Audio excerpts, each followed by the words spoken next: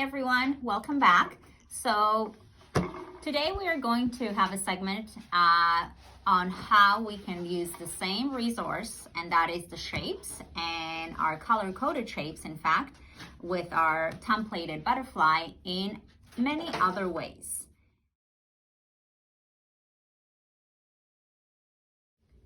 So on our channel, we're gonna attach that as well as a template of outlined butterfly, just as the one with the colors. So what we're going to do here is we're going to look at the pictures, we're going to have the student collect the necessary shapes and simply copy it right on that outlet. So again, you're using replication of the picture, you're using eye and hand coordination, you're using organization skills, and that's what's going to happen. And make sure that the student is connecting everything so it actually mirrors the butterfly. So that's another way of using it.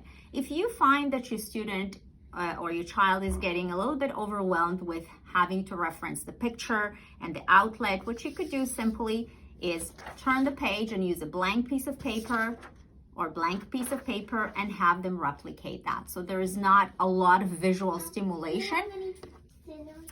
And that could be much easier done. Do you have any scissors? There we go. Just like that. Do you have any scissors? Yes, we do. Here we are. So that could be another way that your student can do that. We're gonna also include some sample videos of our students just to demonstrate how they started doing the replication of the butterfly. Sometimes some students might need help. So we've used some of those prompts in our small videos to share with our viewers, and hopefully they can replicate that in their best ability. Using the same shapes, we're going to extend it, and we're going to extend it using patterns. Again, you can use the foam shapes, or you can print out the shapes we have on our website already, on our channel already. You can double up because you might need a little bit more for patterning and especially extending patterns, or you might use just the one page and do simple patterns, okay? So we're gonna start with patterns that we're gonna copy. If you have some construction paper or any type of paper that you can put for your child to help them keep within the boundaries, that's great. You can use tray, you can use anything that is color coded on your table, just to make sure that they are not all over the place, but they're actually keeping concisely within the same area.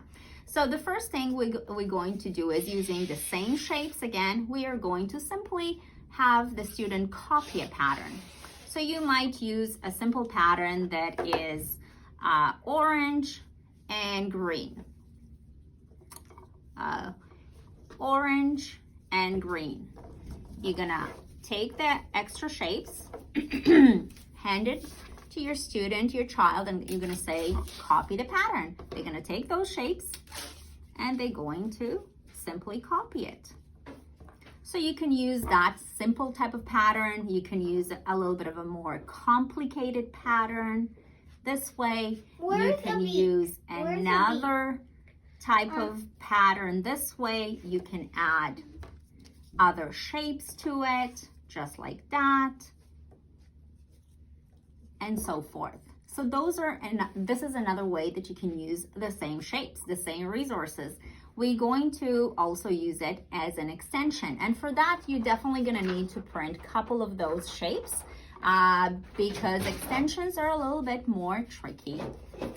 So extension would start like that. You would use those shapes, you would give a model, and you're gonna say to your student, okay, extend the pattern, and they will simply then extend the pattern by continuing, just like that. So that's a simple way of extending the pattern.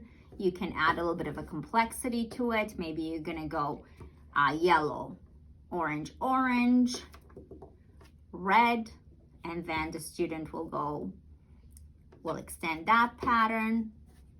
So there's various ways of doing that in terms of using, again, the key is the same resources. We're trying to minimize the resources that we need to use, but optimize as much as possible on a simple shapes by color. Some of our students could have some challenges in completing a pattern, whether it's copying it or extending it. So we use a technique in applied behavior analysis that's called backward chaining. So the simplicity of that technique is that you're going to start building the pattern for your student, and they simply going to finish the last step of that chain.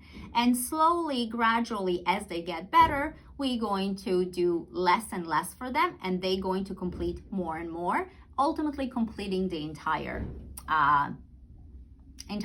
pattern. So let me simply demonstrate that. I'm doing a pattern for one of our students right here.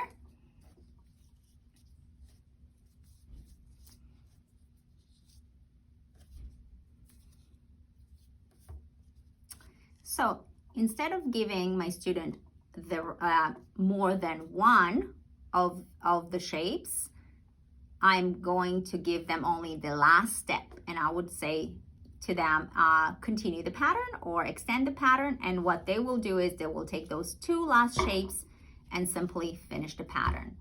And as they get better, I might give them the last 2 steps, the last 3 steps, and ultimately when they do begin to understand even the verbal instruction of make a pattern of red and orange shapes, they will just simply pick all the shapes and do the pattern without modeling.